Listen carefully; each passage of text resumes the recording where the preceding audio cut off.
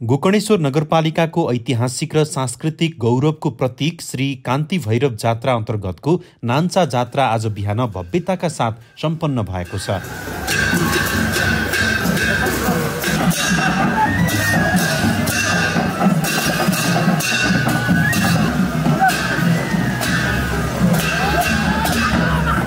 जात्राको तेस्रो दिन मनाइने यस पर्वमा श्री भैरव, पक्नावती गणेश र गुप्ती गणेशको रथ बोकेर ताम्लेमा रहेको बागमती खोलामा लगी तीनै मूर्तिको मुख स्पर्श गराइयो।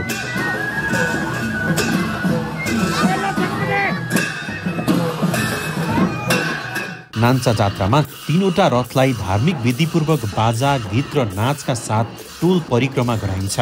परिक्रमा गराउने क्रममा प्रत्येक चोक, दोबाटो र घर आँगनमा स्थानीयवासीहरूले उत्साहका साथ श्रद्धाभाव अर्पण गर्दछन्। यस अवसरमा सो स्थानमा हर्षोल्लासका साथ पूजा-आजा तथा सिन्दूर जात्रा पनि भव्यताका साथ सम्पन्न गरिन्छ। हिजो हाम्रो यो कान्ति भैरवनाथ माइत गएर, ससुराली गएर, कोसेली लिएर गएर फर्किसकेपछि हरेक ठाउँमा पूजाआजा गर्दाखेरि कहाँ कसरी के छुवाछुट, कता कता जुठोसुठो काहीँ केही परेको कारणले गर्दा आज बिहानै ढुङ्गालाछीबाट बिहानै उसले नान्चा जात्रा गरेर बिहानै चाहिँ प्रत्येक ठाउँमा बिसाउँदै यहाँसम्म ल्याइपुगेर यहाँबाट अब हाम्रो पहिलाको चाहिँ बिहान 4 बजे गएर नुहाएर ल्याएर चोखाएर भित्र छिराउने गर्थ्यो र अहिले चाहिँ अलिकति नेम चेन्ज भएर अलिकति चाहिँ अब बिस्तारै गरौँ, किन हतार गरौँ भन्ने कुरा भएर अहिले चाहिँ नुहाएर ल्याएर अनि त्यसपछि गाजा पाखेमा लगेर अहिले चाहिँ नान्चा जात्रा गरेर सिन्दुर त्यहाँ नै जात्रा राम्रो जात्रा गर्छ र यही अनुसार चाहिँ हाम्रो चाहिँ परम्परा अनुसार चाहिँ अहिले चाहिँ नान्चा जात्रा चाहिँ बिहान हुनुपर्ने ठाउँमा अलिकति ढिला भएर अहिले चाहिँ थोरै 10-11 बजे मात्र नान्चा जात्रा हुने भएको छ। दया दया कचित शंकर नाम तेज प्राण बिन्ती सदा। दया दया कचित शंकर नाम तेज प्राण बिन्ती सदा। मनयाम पतिपमा।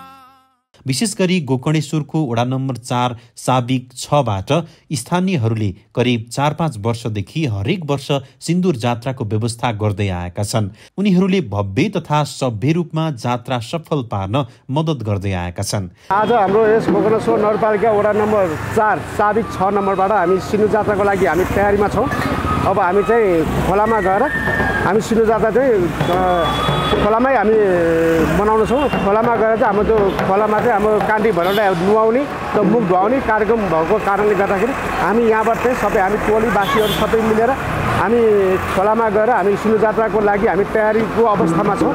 हाम्रो यो जुन सिन्दूर जात्रा भनेको हाम्रो 4बाट साबिक 6बाट चाहिँ हामी 4-5 वर्ष अगाडिदेखि नै हामी सिन्दूर जात्राको तयारीमा हामी चाहिँ सिन्दूर जात्राको लागि चाहिँ हामी गइरहेको अवस्था र गइरहने भव्य र सभ्य रूपमा चाहिँ हामी यसमा पुरा पनि गर्दैछौँ र यसको लागि चाहिँ हामी गोकर्णेश्वर नगरपालिका र वडा नम्बर 4बाट हामीले यसको लागि चाहिँ हरेक चाडबाडहरू जात्रा मठ मन्दिरहरू हामी आर्थिक सहयोग हामी गरिरहेको छौँ र यसको साथसाथमा आज चाहिँ हामी जात्राको लागि चाहिँ हामी जाँदैछौँ।